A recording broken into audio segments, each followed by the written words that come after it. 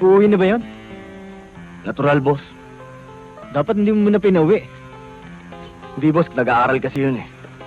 Alam mo, maganda siya. Alam mo naman ang hilig ko. Hindi ba pwedeng mapopo yun? Boss, lahat ng inuutos mo sa akin, sinusunod ko. Dahil amo kita.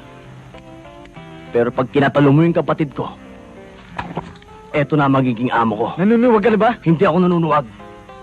Pero ito tatanda mo. Kahit sino sa inyo, ha? Pag tungkol sa kapatid ko, susuwagin ko kayo. Dalawa sungay ko. Ginato kataas, matulis, at mesa ka pa. Ikaw naman, nagbibiro lang ako. Baba mo ang baril mo. Kung nagbibiro ka, boss, nagbibiro din ako.